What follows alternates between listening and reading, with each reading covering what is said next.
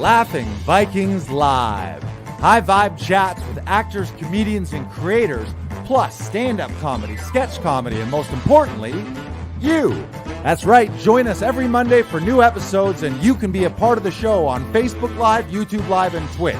Ask questions and interact in the comments, and make sure to share this with your actor, comedian, and creator friends so they can be a part of the show too. Can't make a live show? No problem. You can catch up on your favorite podcast platform and visit laughingvikings.com to find out how you can join the cast and crew. All right, it's time for today's show. Buckle up and make sure you stick around to the end because we have a special surprise for you.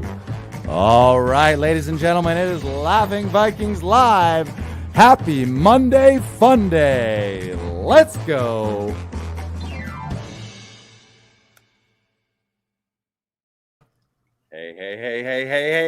Hey. Episode 51. We got 50 under our belt last week. If you listened or you were live with us last week, you saw me shed so many tears. It was very, very emotional. I don't know if we're going to get it as emotional as we did last week.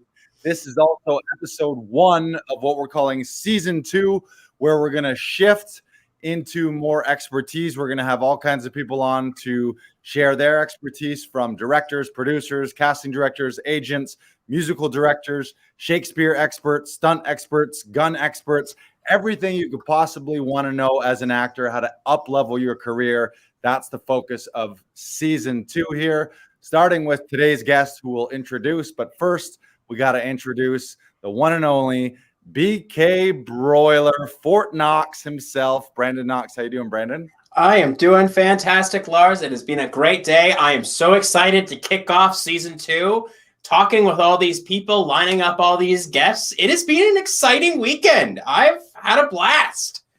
Yeah.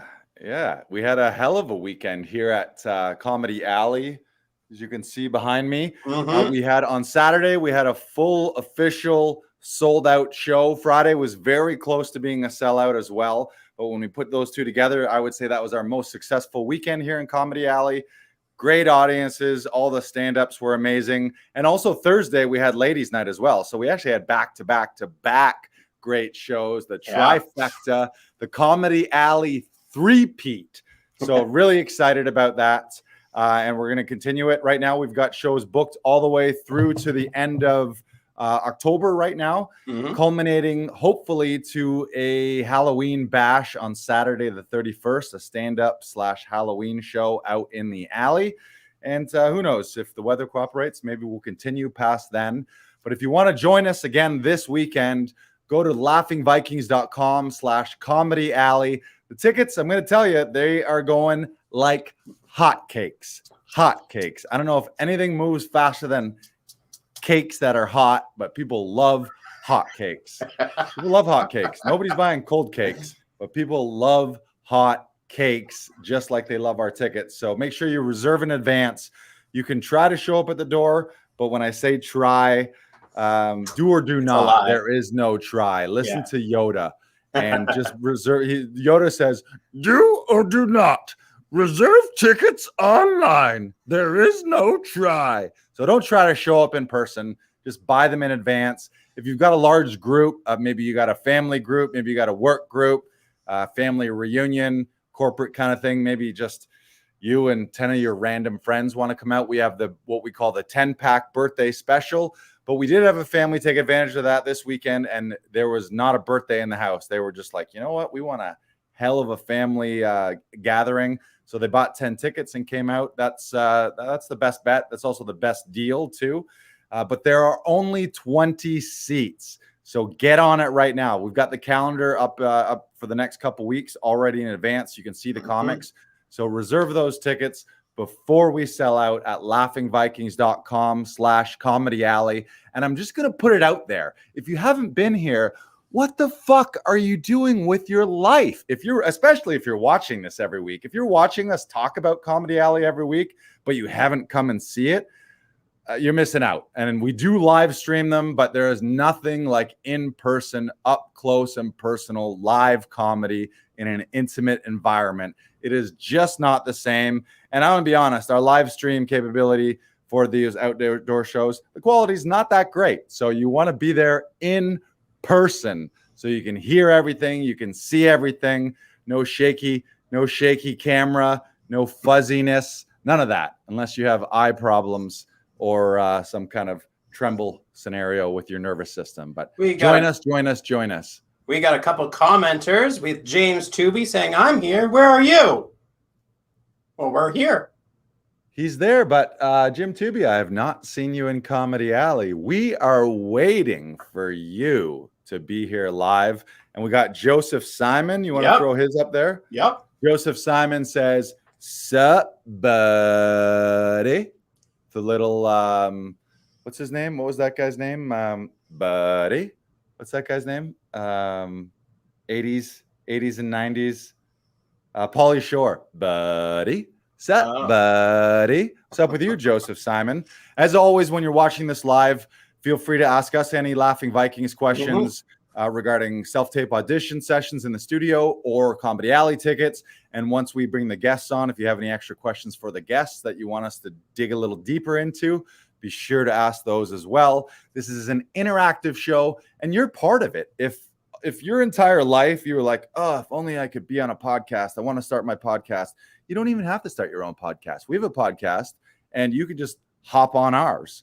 Like Joseph Simon, James Tooby, you're mentioned like in every, probably Tooby's in almost like almost everyone. I feel like he's 50% of our podcast. We mention the Tubinator.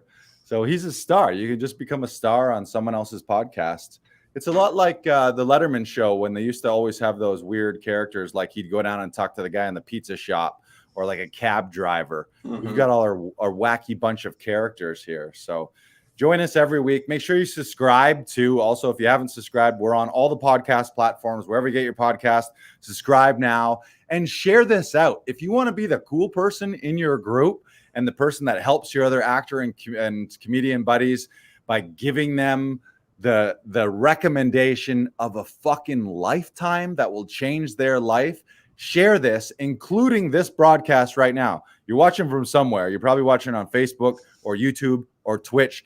Take 3 seconds, share it out, tag some friends. And when you do share, we often dish out some prizes, maybe some tickets, maybe some swag, maybe a Laughing Vikings button. Where is it? Right here. We got it right here. So do all those things. What I'm saying is if you're already on board this far, just go deeper. You don't hang up you don't want to hang out in the cheap seats way up in the balcony. Get down here to the front row every fucking day and be a part of it. And next thing you know, who knows? Maybe you'll be a co-host or a producer or director, or you'll be on the roster. You'll be on the payroll even. James Tooby says 50% of the time I'm watching 100% of the time, and we appreciate that, and we love you, James. 60% of the time it works every time. All right, we have another banger of an episode. This may be, I'd have to look back, I think this is our first repeat guest. He was way back in episode 14. Yeah, in episode 14, you can scroll back, and that was a special episode because we did maybe 3 to 5 episodes. I did them in 1 week right at the beginning of lockdown, kind of like in a little bit of a panic. I was like, oh, what the fuck are we going to do? It's lockdown. We can't do anything. I guess I can go live and have lunch with my friends over Zoom. So that's what we did. We called a handful of episodes Lunch with Luna and Lars. It was right at the beginning of lockdown where this was all very foreign. Now we're all lockdown veterans. We're all lockdown and quarantine pros. We know exactly what's up. But at the beginning, it was scary. We didn't know what was going on. So this guy came on. He was nice enough to hop on an episode via Zoom back then. Here we are. And we're going to give him a little video intro. Yes, first. we are. Is that right? Yeah. Cue the intro. Roll the clip.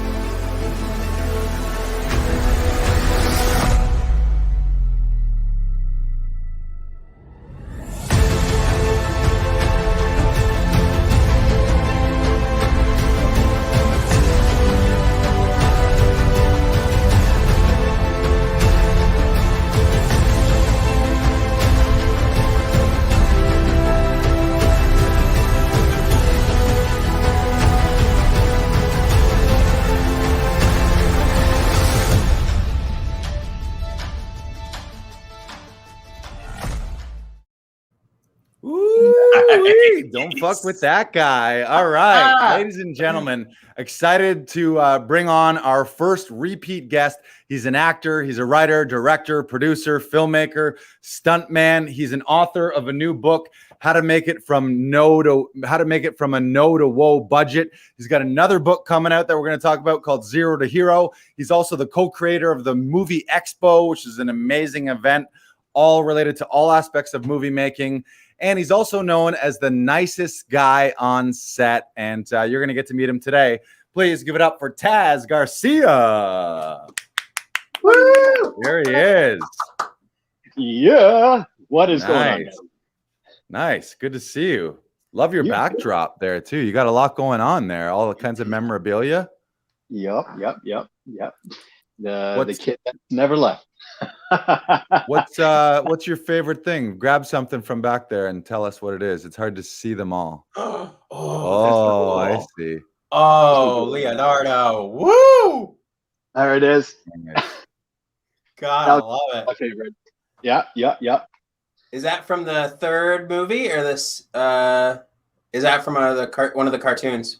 No, that's from the movies. Nice. The very first ones. Yeah. Very first one in the 80s. Yeah. Yep. Old school. So well done. So well done. Yeah. Beautiful. Well, good to see you, Taz. Everything is good, I see. Yes? Yes, sir. Everything's great. Great. I'm alive and well, and I'm here with a bunch of super, super cool dudes, extra creative, lots of positive vibes. Let's do this. Nice. Last time I saw you in person, we enjoyed burgers from Riverside Burgers together. Mm-hmm. But I sort of feel like I see you every day because we have each other on Instagram. So I see your meals, I see your workouts, I see what you're doing in all your movies. So I never feel too disconnected from my movie and filmmaker friends, thanks to social media. But it is nice to see you live and in person right now. Yes. And we're going to make it an actual in-person thing again, maybe over another round of burgers and onion rings. And you have a standing ticket here at Comedy Alley because a while back to support, you actually bought a ticket, but you weren't able to come that night. So we have reserved a chair. Since you bought that ticket like 6 weeks ago, I have let no one sit in that. There's it's like a fancy director's chair. It says Taz Garcia in it. And every week I'm yelling at people, get out of Taz's chair. And it's still there vacant, just waiting for you. So you're welcome anytime. This weekend. That's what he did all weekend. Amazing. Brandon, get out of Taz's chair. Oh, sorry. Yeah. So we're gonna start off like we start every episode off here, and that is with 1 minute life story. Now you're the first person to ever get to do this twice. So then we're gonna have fun comparing your life story a year ago to your life story now. But this is where you get 60 seconds. Brandon's got the clock up. It's going to, does it go from 0 to 60? That counts up, not a countdown. It's going to be a count up. Ladies and gentlemen, this is Taz Garcia's life story in 1 minute. And here we go. Young kid, huge dreams. Went the academic route, got school done, out of the way, lived through war.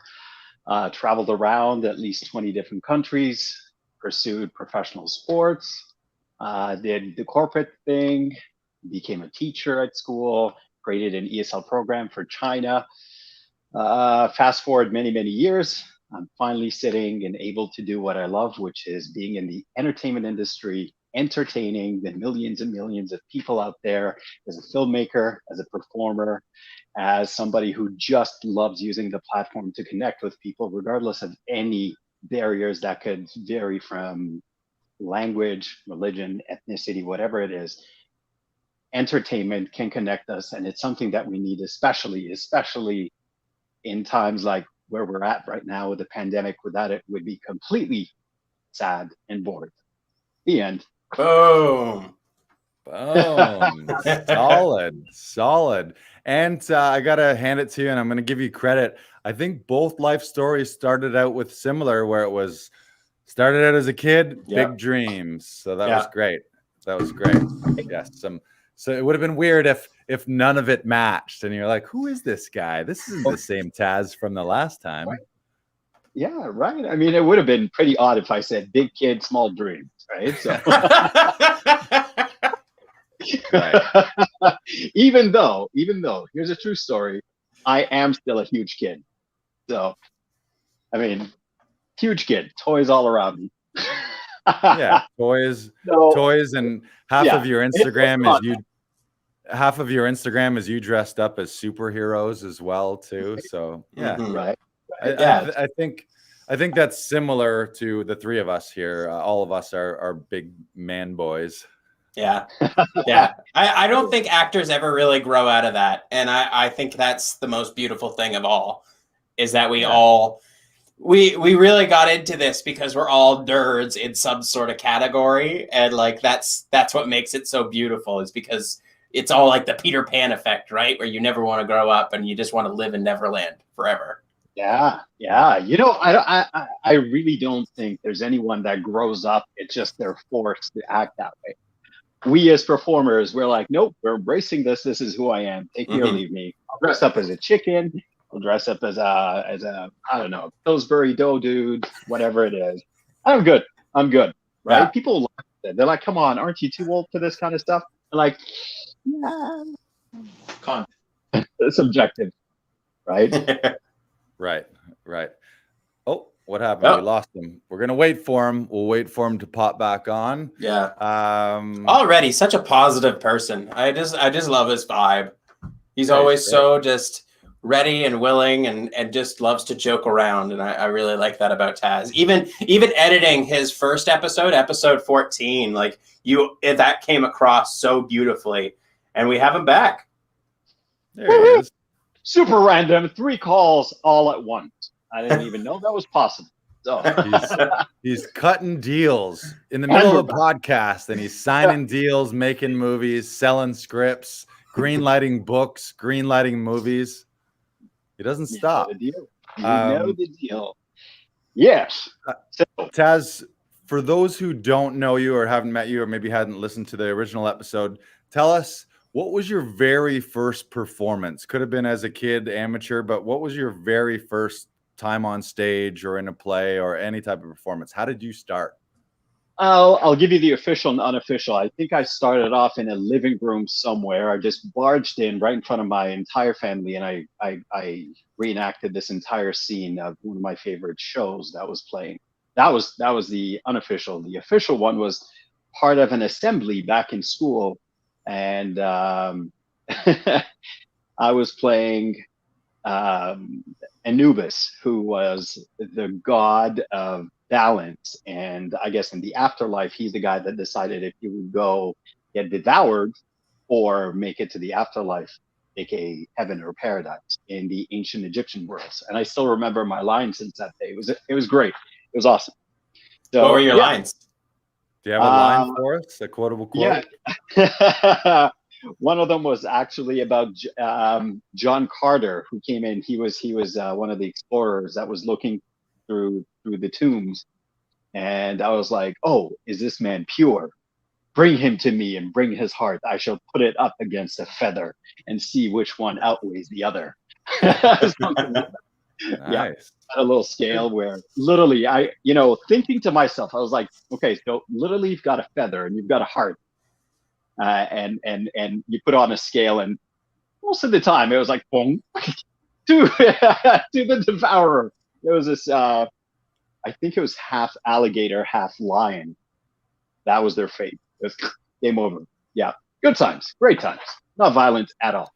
Side note, I'm very impressed with your memory there. My memory, I got like a goldfish 72 hours kind of thing. Like before the weekend, it's all fuzzy now. And you remembered all the way back to your childhood. So I'm impressed. Yeah. Good times. And so then moving forward from there, you said there was the living room, then it was the school assembly.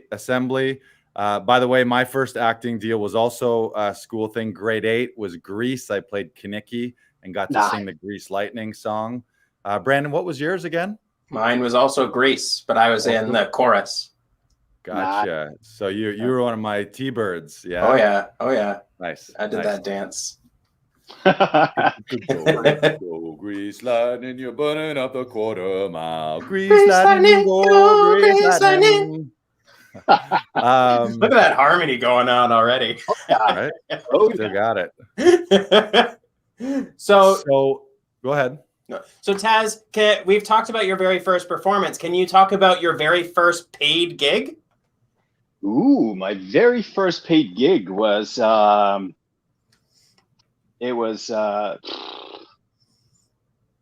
the Games Begin. And it was a documentary, one of those reenactments, and they were talking about the Greek Olympics way back. And we were in togas and the whole 9 yards.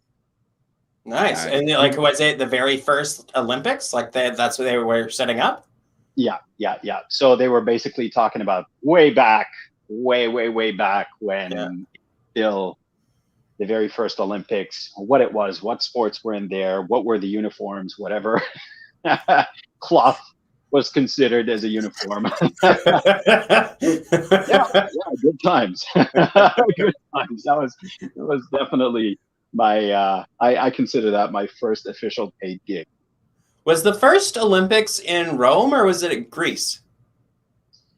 You know what? That's a very good question. Athens. So I believe that's Rome. Is it not? Greece. It's Greek? Oh, at Greek. Yeah. Athens. Yes, thank you. Yeah. Olympics are Greek. Yeah. Oh, okay. Perfect. I didn't know. I wasn't sure. We have we won't bring the comments on, but we have our first super spammer. It looks like his name is some kind of, I want to say, Asian sort of symbols. His profile picture is Hitler, and everything he said is one-word swear words right now. So, way to go, whoever you are. Good work. You're doing great work. Congrats on your life right now. We need that. We're not going to dignify that with any more, but we're getting bombarded in the side comments here, but no one will see those ever. So so sucks to be you. That was nice. That was nice, though. So let's get into the conversation, Lars. So we both read How to Make It from No to a Woe Budget, which I found fantastic. It was such a lovely read. Very well done, Taz. I really enjoyed this. Thank you. So, Lars, do you have anything to start us off with the book? Yeah, well, first thing is kudos to you for putting a book out there. Did you self-publish it? Yeah, so with this one, I self-published it. I went through a bunch of different agencies and publishers and agents, and really it just made complete sense to try self-publishing. Everything's become very independent. I was like, let's give it a go. Why not? And it worked out. Yeah. And in the spirit of DIYing it and not waiting for gatekeepers to give you the green light to do stuff, we live in a world where whether it's making a TV show or doing comedy or doing a live stream, doing a podcast, writing a book, all of that is at our disposal now. We all have a global market that we can reach with the touch of a button and almost zero barriers, assuming you have a phone and or any kind of computer. So kudos to you for putting it out. Brandon and I just picked one section from it that maybe we could discuss. And the one thing that popped out to me for actors is the idea of rehearsals for TV and film. And the interesting thing is they're almost non-existent for TV. Like there's rare that you would get rehearsals beforehand, like before showing up. You might get a couple camera rehearsals on the day. And even in film, often it's just not in the budget, unfortunately, even though in my opinion, an hour or two of rehearsal could save you half a day or more than that on set. So do you want to just maybe chat and just kind of address the importance of rehearsals in TV and film, especially at the indie level, which is sort of what we're talking about here? Absolutely. Rehearsal is not one of those things that people should kind of put on a back burner at all. It will save you money. It will save you time. It will save you stress. It will save performers and everyone else probably a panic attack, especially if it's your first production. But at the same time, it's one of those things where people can say, "Oh, we got lucky. It was smooth." Part of being successful is preparation, right? And that's ultimately one of the things that most of the creators know now. Once they're past their first and second projects, they're very familiar with the process of being ready and being rehearsed and ready to go and perform and do their best. But it's the same thing for performers, right? Where we're always expected, okay, well, I'm going to do a dry run, a table read, a rehearsal. I'll get a chance to warm up, but sometimes it's go time. You got to be ready, right? So part of rehearsing actually starts all the way back before you get the part, which is you got to be ready. You got to be prepped. When you get called in, you don't need time to prep. You're ready to perform for your audition. And then you got to sharpen your tools, polish yourself up again. So when you're actually called for the real thing, you're ready to go and perform your best once again. And that means you have more time to pay attention to your character, your performance. How can you spice it up? How can you deliver different performances for your team and for the directors, right? So it's the same thing, and it goes exactly the same for the creators or the filmmakers and directors and producers, right? When you're ready, you know exactly what I'm going to do, what I'm going to shoot, what's the next shot for us, who's needed here, where we're going to be, what equipment should be there. It becomes very systematic. And even though, yes, there are curveballs, and yes, there are times that could be completely variable and out of our hands, but at least when you're prepared, instead of having 10 surprises, you might have 2. So that way you're a lot less stressed, right? So preparation, huge thing. And then action, I'm going to open up that side too. Action, it's huge for that. You never want to just go in on an assumption and saying, oh yeah, that's really easy. And then you show up and all of a sudden the location is tighter, or you don't have as much space, or someone's injured or taller than you thought they would be. So now all of a sudden your entire moves are out the window. You got to come up with something entirely new. So once again, you got to be prepared. You got to be rehearsed mentally, physically, emotionally. And when you show up, you're ready to perform, whether it's acting or action. Love it. Thank you. And one of our acting coaches, Tom Todoroff, in their conservatory and their weekly workshops always talks about the importance of rehearsal. And some of his insights are we rehearse slowly to later perform swiftly. That really applies to stunt stuff, because you can end up injuring / killing yourself or someone else if you're not going like you go at quarter speed, then half speed, then 3/4, and then eventually get it up to close to 100%. The other thing that he talks about is you've heard it over the years coming from Laurence Olivier. I think the number was saying your lines 250 times before you either get to stage or on set. Michael Caine talked about 1,000 was his number. So just drilling that stuff into you so that it's like in your bones and in your blood. And then also that, as you mentioned, that sheds any nerves or helps, because you're so confident and you're so rock solid in it that you're not going to have any feeling of anxiety or nerves. You're going to be excited because you've prepped for this moment. So yeah, it's great. Anything you want to add there, Brandon? Yeah, what I really loved about the book, Taz, was the fact that you add in what I did into each chapter, and also hints about how you went around doing certain things. And what chapter really stuck out to me was sound and the importance of sound. And I kind of want to take a more deep dive into the story you talk about in the book about your very first shoot. And you were so focused on the lenses and the camera and making sure that was all perfect and the actors were ready, that sound was sort of a secondary thing that didn't get looked at as much. And then you had a sequence where you had rain in one of your scenes, and you found that the tape or the scene were unusable. I just sort of want to go into a deep dive of the methods that you went to determine that scene was unusable and you had to go back and do reshoots on it. So what sort of methods did you do to try and save the footage? So it's one of the things that I'll take you where we fell, and then I'll take you kind of how we went over that bump. Mhm. Is obviously there was a lot of run and gun. When you have that, you don't always have the luxury to stop and okay, playback. Okay, cool, let's do it again. It's kind of like okay, boom, boom, boom, let's go, go, go, go, and let's move on to the next spot, next location, next scene, whatever it is. But when we got a chance to finally go back later on and review the footage, our dailies basically, we're like, oh my god! One of the scenes, it was raining, and all you hear is just rain and rain and rain, and then we heard in the back, and then we heard birds and insects all around us. We're like, oh my god! So fast forward that 17 months later, because we were working according to everyone's schedule. I had 120 people on board in my first project, and it was all voluntary. So for us, it was one of those things where we're like, okay, cool. You work 9 to 5, he works 8 to 6, and someone from 4 to 10. So we had to continue and continue pushing and pushing and doing whatever we could to make the scene work and cheat it, however. But then we'd go back and we'd play it back and we're like, oh my God, this sound is horrible. So eventually we have all the scenes to complete our movie, to edit it from A to Z all the way through.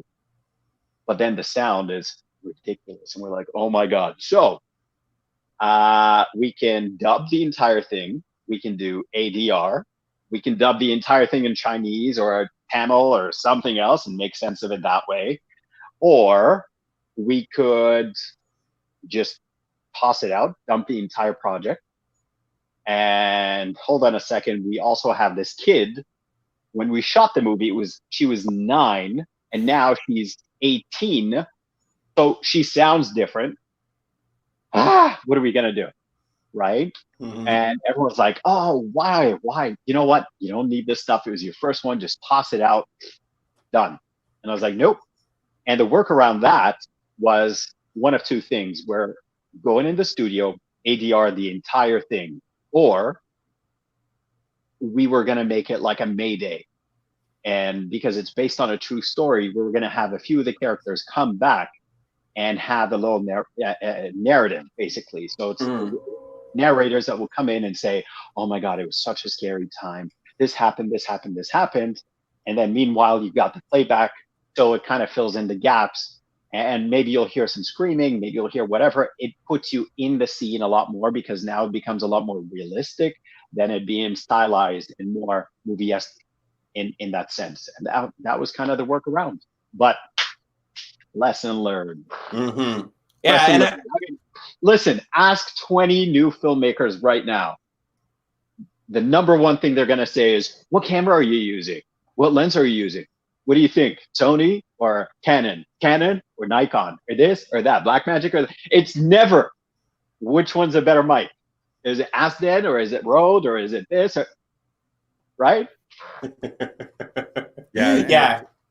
It's always like so often it sound like you it's so hard to fix it if you don't have proper sound as well. And people will tolerate the shot being off or the frame being off or even focus being off, but people can't tolerate out of sync sound or fuzzy sound or crackle. It's just, it doesn't fly. Also too, one thing that sort of came up with me as you were mentioning that is just the idea that films especially are actually written 3 times. They say it's written once by the screenplay writer when you have the script, then it's rewritten during the shoot because things change, locations fall through, you run out of daylight, you run out of a battery, you lose a card, maybe you lose an actor and have to cut a scene. You might realize that an actor isn't cutting it, so you cut a scene because of that. And then after all of your principal shooting, then it's rewritten a 3rd time in the editing room where an editor has to try and make sense of this. And sometimes you realize you didn't get everything that you needed to tell the initial story. So now you sort of got to rewrite the story in the editing bay. So just the process of filmmaking is such a beast to get it all together. Like kudos to anyone out there, yourself included, Taz, who's A, written a script, because most people never get to that part, but then B, finish filming it, and then C, to actually finish it in an edit and release a a final product. Like, it's such a rare thing and such a massive undertaking that it's just like, it's pretty epic. So that then if you take it to the next level of getting to the point where you're winning awards for films and you're receiving accolades for it, that is such a rare breed, because there's just so many ways that it can turn out terrible. Yeah, absolutely. And I mean, honestly, the best film school is going out there and creating your stuff. That's the best thing, right? You go out there, you're going to fall, you're going to trip, you're going to make your mistakes, you're going to learn. Make it better the second time. Pay attention to this, your second and your third project. And it gets better, and it gets easier. And then you start challenging yourself. You're like, okay, well, I was really scared. I couldn't trust myself or my team the first time around. Now I know what to do, and we can push the envelope that much more the second round, right? So absolutely so. It is a beast, but it's one that can be tamed if you understand how to. Right. Mm-hmm. Yeah, and it puts you in the driver's seat of your career, right? Because now you're not waiting for the phone to ring or an email to come through that you have an audition to get permission to act. You are now setting things up and going out and doing things. And if you get an audition that day, perfect. That's awesome. But I also have something else that I'm working on. Absolutely. And I think now it's gotten a lot more competitive. And now people are realizing that I'm sick of waiting. I've got these tools. I've got these platforms, whether it's social media or whether an online festival or streaming platforms, and they're just jumping on it. They're attacking it, which is really cool. It's exactly what should happen. When you go back and you look at a lot of the stars, including Jackie Chan, Stallone, a lot of those people, they carved their own paths themselves because they came out and people are like, okay, well, what are you about? Or no, I have somebody else that does that already. Or you're unknown, so we'll take your idea and use a different actor. And they said, no, I got to believe in myself. But this is ultimately one of the biggest things that I continuously share when I go and have my talks with new students is you have to be the one that makes the first leap and take the first investment in yourself. Because if I don't trust myself, if I don't believe in myself, I'm going to come up to you and say, hey, you should believe in me. Really? No, it's not going to happen, right? So ultimately, you got to say, listen, I'm the first in line. I'm going to be the first person to attack this obstacle. Are you with me? It's not like, hey, there's an obstacle. Would you like to attack it? And I'll be here cheering on the side, right? Yeah. The other way around. And when people see that and they see your hunger, they want to support you. And it's super, super cool to see a lot of people creating projects and going for it. Short films, feature films, documentaries, web series. Get your feet wet. It's the best. Right. Yeah, and it's about momentum too. It's no one wants to jump on board a train that's not moving, but when they see what you're doing and you've got this project and it's full steam ahead, and you don't, quote unquote, need them to make it happen, then they're just like, oh, well, what can I do to help? You seem like you're going somewhere really cool. People also love people with visions, and directors and filmmakers and producers are certainly people of vision.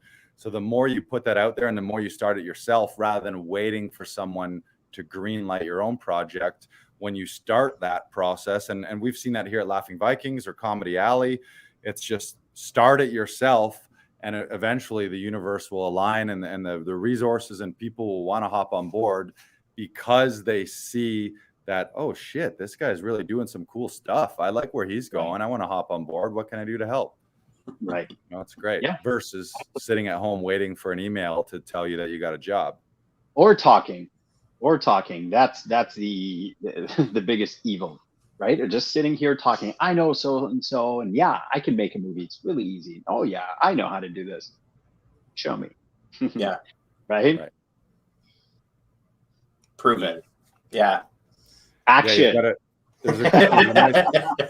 there's a nice quote in the book here. It says, pick up a camera, shoot something, no matter how small, no matter how cheesy, you are now a director. And that was a quote from a guy who's done all right for himself. You might have heard of James Cameron. He's made a few decent sized movies. Yeah, probably Canadian too.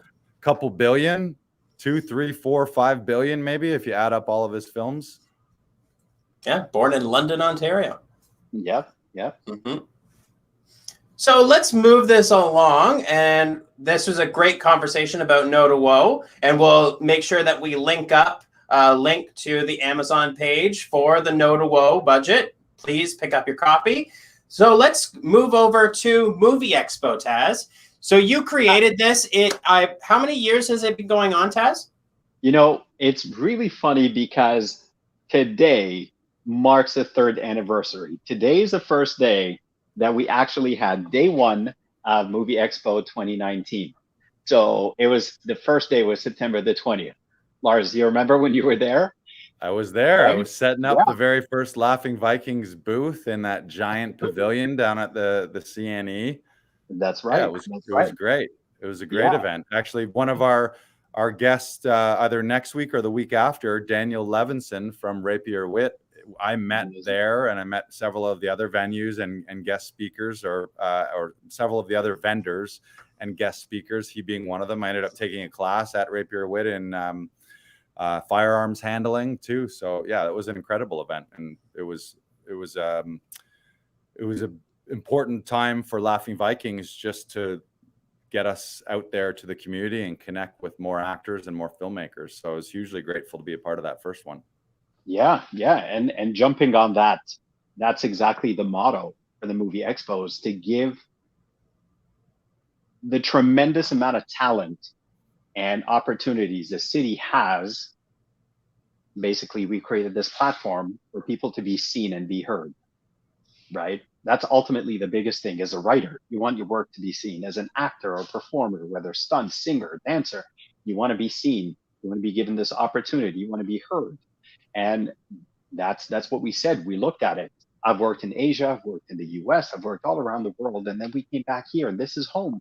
We looked at it. We said, hold on a second. You've got what? You've got conventions for equipment. You've got conventions for every entity by itself, every department by itself. Why are we so segregated, right? And then you have screening events like film festivals. And we said, yeah, but you have to have a team create something so you can showcase it, right? And oftentimes people will go to these events to try and schmooze and make connections and find a producer that might fund my next film.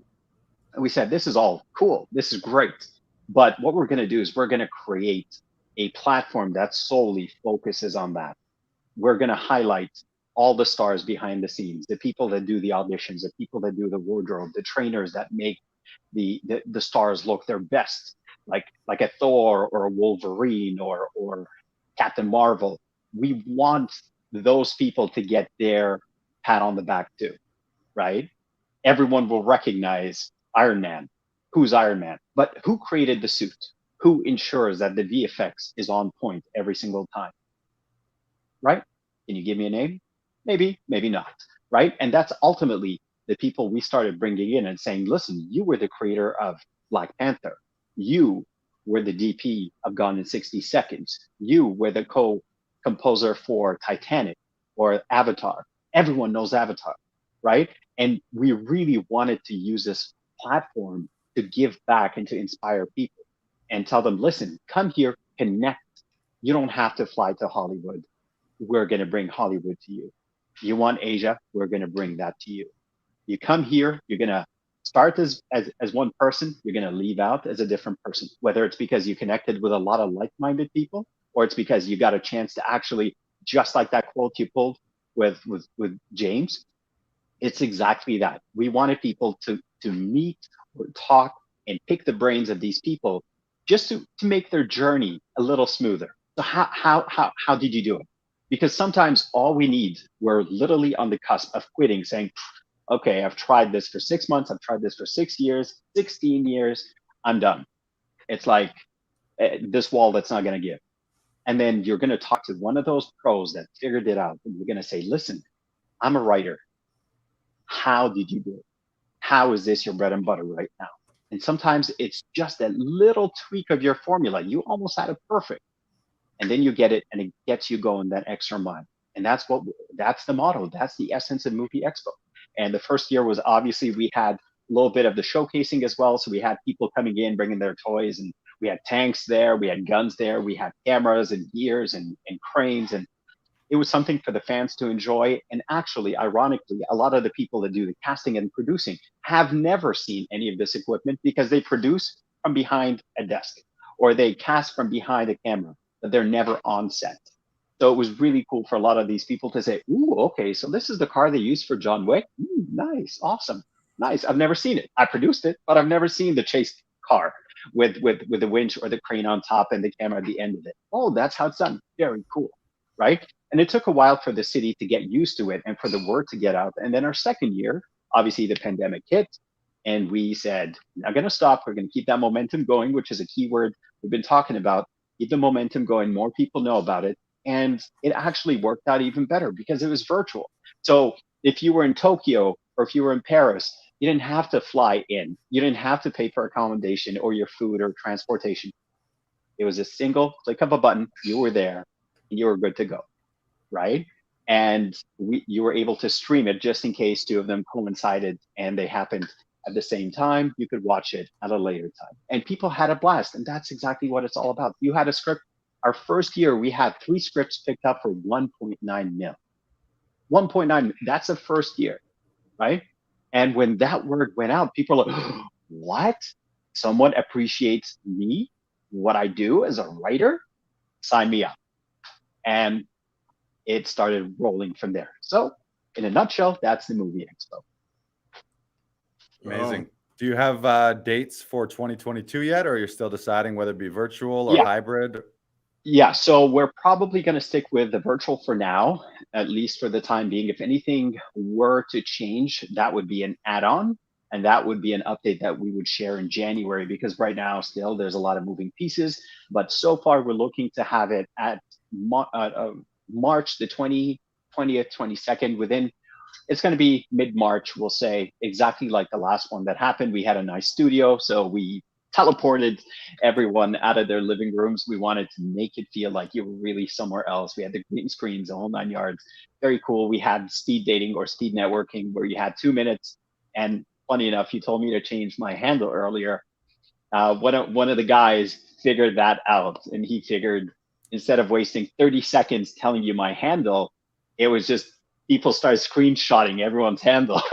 And then they're like, okay, now that I know, what is it that you do? Real quick, in 2 minutes, and they were booted back to a main room, and then they were randomly divided again into other rooms and so on and so forth. So it's really, really fun.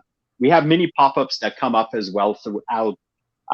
They roll out every 3 to 5 months. So they're individual and they're themed, meaning one of them could be for writers, one of them could be for wardrobe, one of them could be for hair and makeup, one of them could be for stunts. And it just keeps rolling and keeps bringing it just one step closer to the main annual event, which will be in March. Nice. Love it. Thank you for putting that on. It's a great event. And everyone in TV and film and as an actor has been to film festivals where it's screening and it's sort of all the polished final products, but to have something that looks at all aspects and all phases of movie making, you definitely you filled a gap there that really wasn't being filled. So thank you. And you're very welcome. And I'm glad to have you as part of the family. And you were an awesome sponsor for us the second year as well. So thank you for being there for us and supporting us and pushing us to be that much better. But also, one of the things I wanted to put up there is the fact that for any actors and writers and filmmakers, whether they're currently working or new and up and coming, is try and diversify your portfolio, right? You don't want to put all your eggs in one basket, which is the film festivals, because for me, this is a little piece of advice in a very non-biased way, is as a filmmaker or film creator myself, if I put everything into film festivals, a lot of the film festivals right now, they're kind of turbulent because a lot of the creators realized instead of going and getting my laurels and then going to get my stuff up on a network, now I can just cut that L shape and go directly to a streaming service and pitch them directly, right? So just a little pointer out there for anyone that's a creator. Film festivals are great. They're a great opportunity to schmooze and great opportunity to see your friends and support the projects, and perhaps network and get something huge out of it. But also check out the other things that are happening in the city, because we all know what happens when somebody doesn't adapt to the new technology or doesn't adapt fast enough, it could be a danger zone for them and they could go missing. They could be extinct. Blockbuster, right? So yeah. So just a little something out there, from my heart, nothing malicious at all. Yeah. Thank you. Yeah, we'll be sure to hook up a link to Movie Expo too, so that people can follow along and wait for those releases on the dates. Yeah. So moving right along, Taz, I want to know more about Zero to Hero. Yes, Zero to Hero. I'm super excited about that book because I've had tons and tons and tons and tons of people of all ages, all walks of life, tell me, how do you get into action? Because action is one of those things that supersedes any language barrier.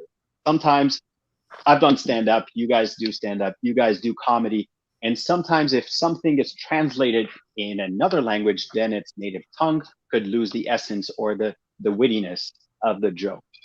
Action is not like that. Action, you could understand it, period, right? And I break it down, just like I did with the first book. I break it down to the ABCs. This is why this will work in real life to protect your face, but it won't work because the camera can't see your face. So you got to cheat it a little low. Little things like that. I share little secrets from working with the Jackie Chan stunt team. And I also, aside from that, share a little secret that not many know of, is how I became known as the action guy, because my background is in comedy and drama. And then once upon a time in the early 2000s, I was cast to be a Power Ranger. And everything's good. Everything's signed. Let's go. We're going to get toys made out of our faces and bodies and lights and all that kind of cool stuff.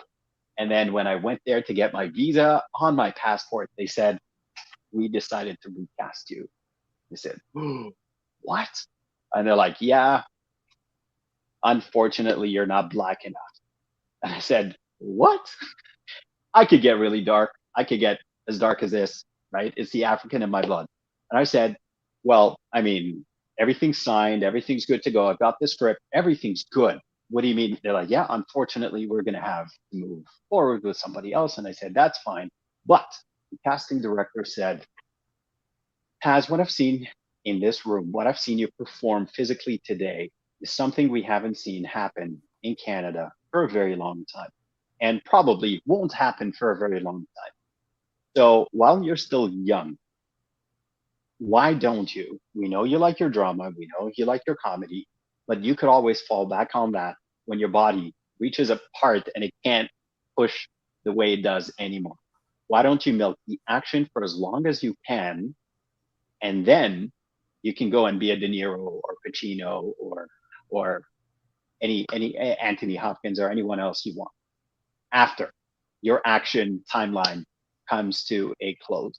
And I said, oh, ding, and that's it. And ever since, I said, okay. And ever since that, people are like, oh, Taz, we've got a great script for you. It's action. I was like, anything else besides action? And then they're like, man, I really want to work with you, but I don't have an action script right now. I was like, hey, listen, I can cry and I can make you laugh and hello. And they're like, yeah, but it's not action. I was like, that's fine. So anyways, I talk about how I became, I went from one thing and converted into the action guy at the very beginning of it. And I share a lot of secrets that will make you look great on camera, have you reach a level that is camera ready, establish trust and rhythm and flow with partners as well, because most of the time you're not going to be just fighting yourself. And I also added a few little nuggets in there that you would have to buy the book to find out. Do you have a release date? Yes, so it's already on pre-order. Gotcha. Or on Amazon, and it's going to be released October the 4th, I believe. I could be. Oh, nice. Gotcha. Yeah, but it's or the 10th. It's the second Monday in October, so I think that's the 10th or the 8th, something like that. Entire ridiculous. Where's my calendar? I think know. It's the 11th.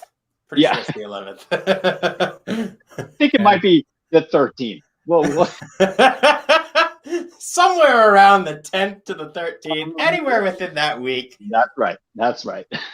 Yeah, you can go and get a copy right now.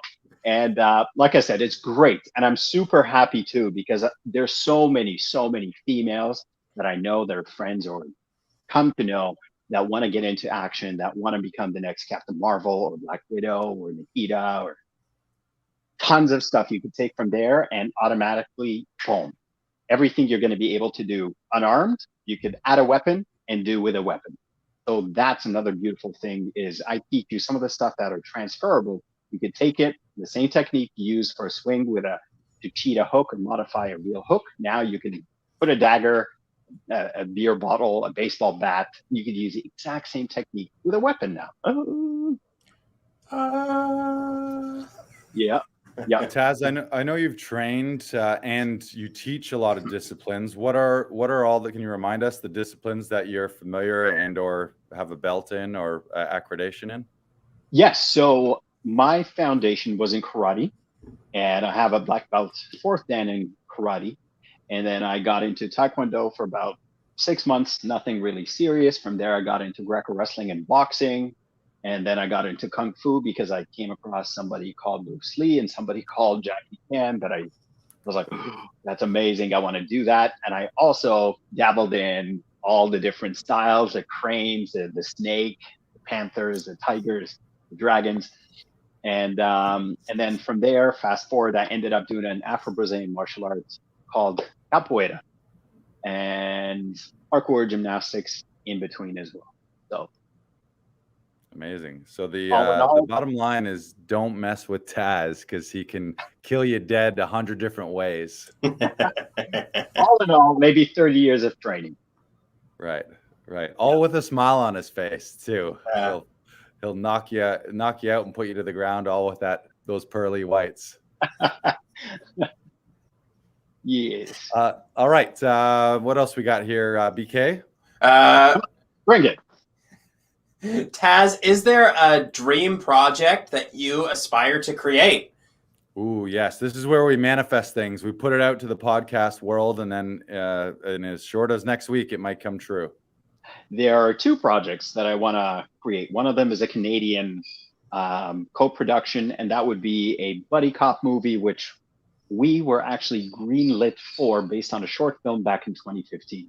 So I really want to push that forward because the buddy cop genre is a proven formula. It's one of those things that we love, but this is a formula we haven't really seen before, or a twist we haven't seen before in the buddy cop genre, which is typically you've got the cool dude, nerdy dude, muscular dude, not very fit dude, and we just came up with an entirely never seen before formula in the buddy cop genre.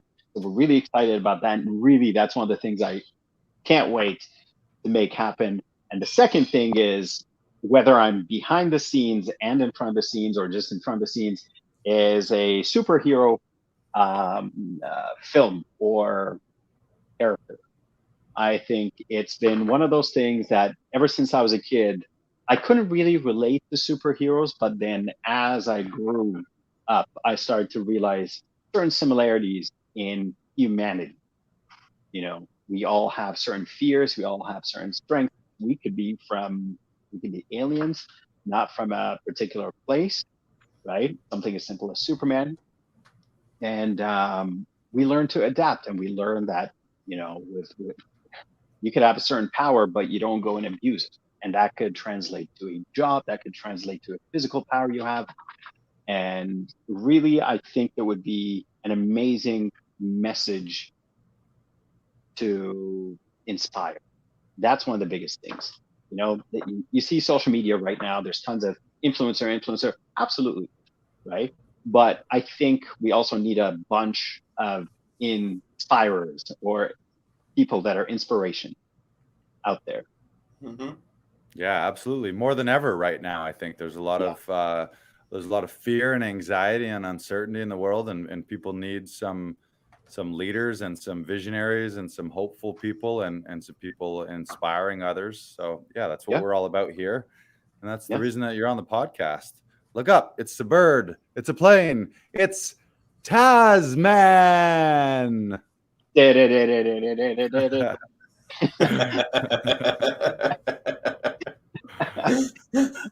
then we have one more question for you. Sorry, Taz. Here's a one little thing that I think we should add is a little whack, bam, pow. The old school Adam West style. Shazam! Yeah, Adam West Batman. Oh man, remember? Yeah. Kapow! Kablamo! Oh man, that was great. Oh, I loved that show growing up. So Taz, we have one more question before we start wrapping this show up. And what advice would you give to your past artist self? Don't take too long and don't listen to the noise.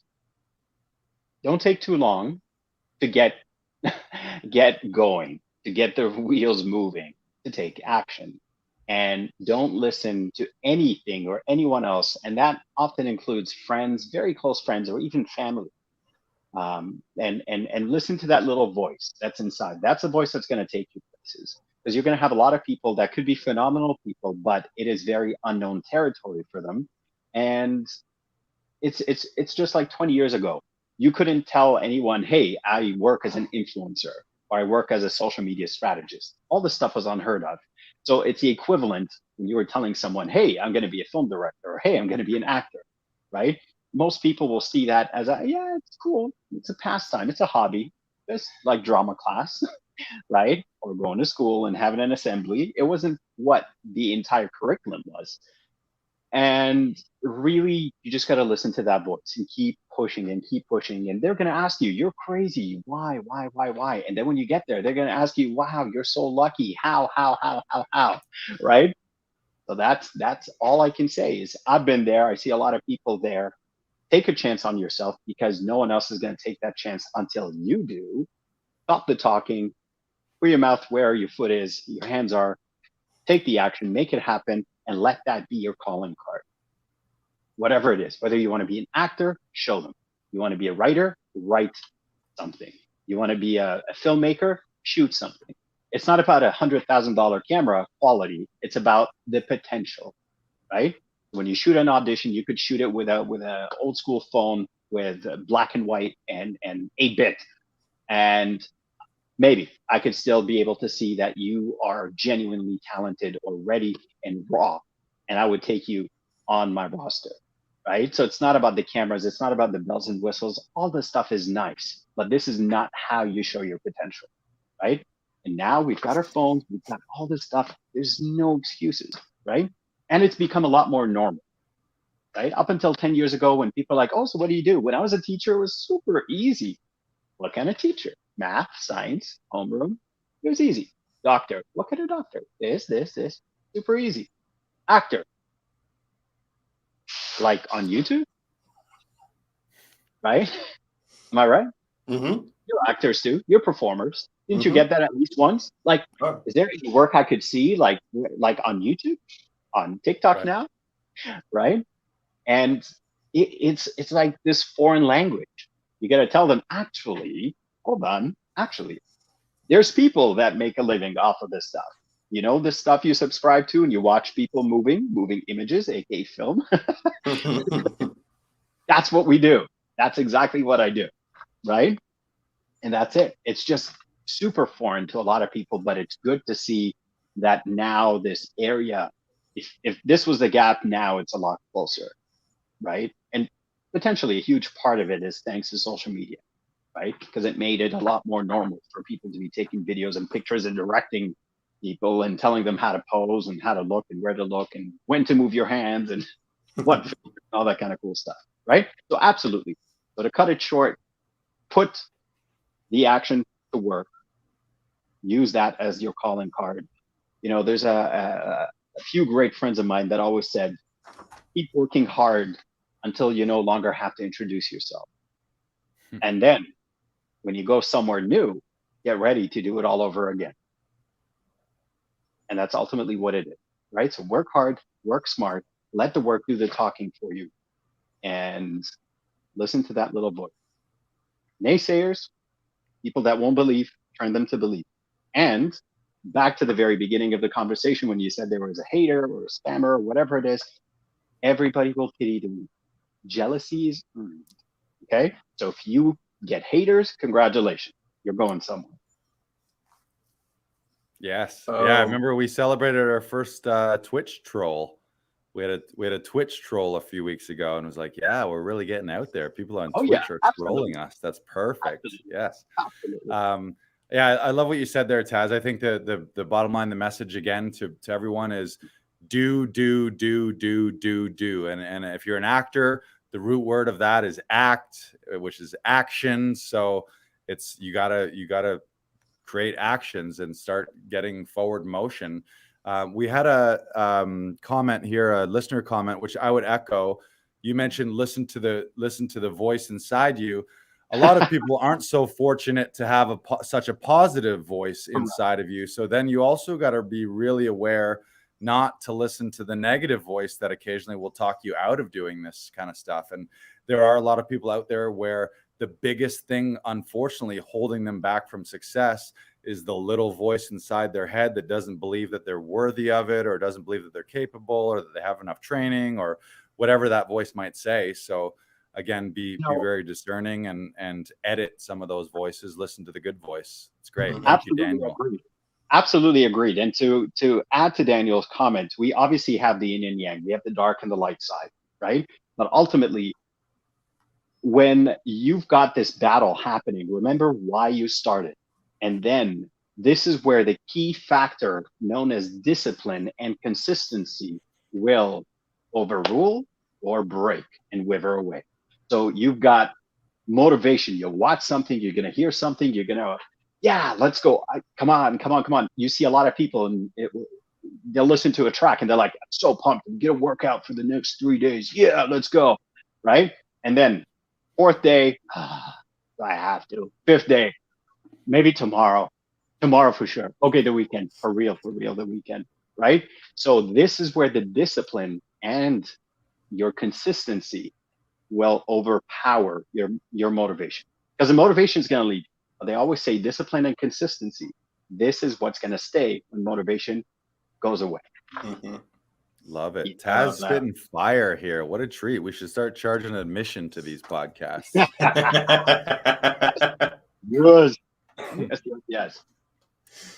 So what we like to do to end off every show is what we like to do. It doesn't matter what you like to do. No.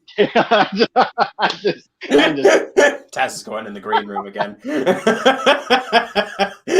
What we like to do to end off this show is have a quote to inspire our week. And so today's quote is, great leaders don't set out to be a leader. They set out to make a difference. It's never about the role, always about the goal. And I think this is perfect for today because we have you, Taz, who has created so much and being such on the forefront of knowing who is behind the scenes and knowing who's at the forefront of everything. And that is 100% inspiring to me, and I think all of our viewers today. And it's also poignant because we do have a Canadian election today. And being a leader is something that is incredibly important, and especially important today because I don't think we have as many as we need to. And so the more that we strive to be the leader in circumstances today, the more the world will open up to us, the more that things will be a little easier because we're willing to help each other at our lowest. And that's so important in today's society. And we can't forget that even when someone is at their lowest and we're at our highest, we can still reach down and lend a hand because that's what we need to do always. Love it. Love it. You're getting snaps for that, BK. You're getting snaps. There you go. Thank you. Yes, yes. All righty. Well, thank you, Taz, for being here. Say again. It was my bootleg. It was my bootleg audience. Just the stockpile audience. Yeah. Exactly. Yep. Yep. Absolutely. Awesome. Well, thank you so much for being our first repeat guest, Taz. Love having you here. Thanks to all the listeners and viewers. Make sure to follow us on the podcast platforms hit us up at laughingvikings.com for audition sessions or for Comedy Alley tickets. And once again, Taz, thank you for being here. Really, truly, we love you. You're such an inspiration to the community. Your social media is always so positive, and you've always got so much going on.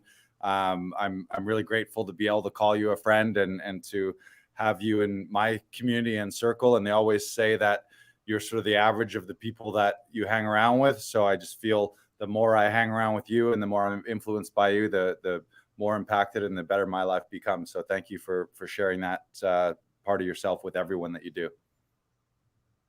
Thank you so much for having me, guys. I love you both. Love your energy. And we're going to do those burgers soon, 100%. Yeah. But there's one last thing I got to ask from you before I get out of here. You ready for it? Here we go. Okay. All right. Okay.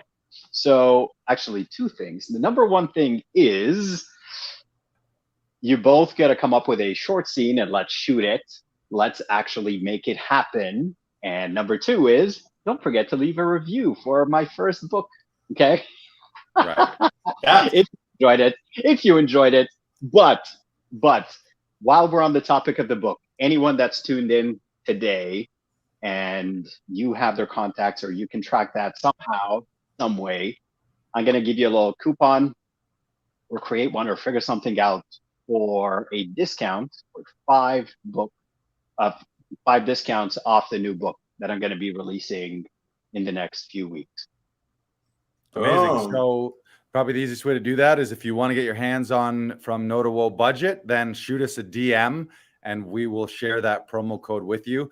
Hit us up at laughingvikings on Instagram, or you can hit up. Oh, it's right there. Yeah, he's pointing to it. Good work. Yeah, I knew there was a reason we did that stuff. I see it. But some people are listening to this right now, so nobody can hear your finger pointing at that. So I know that's why I do it. We're covering our bases here. Yeah. So thank you.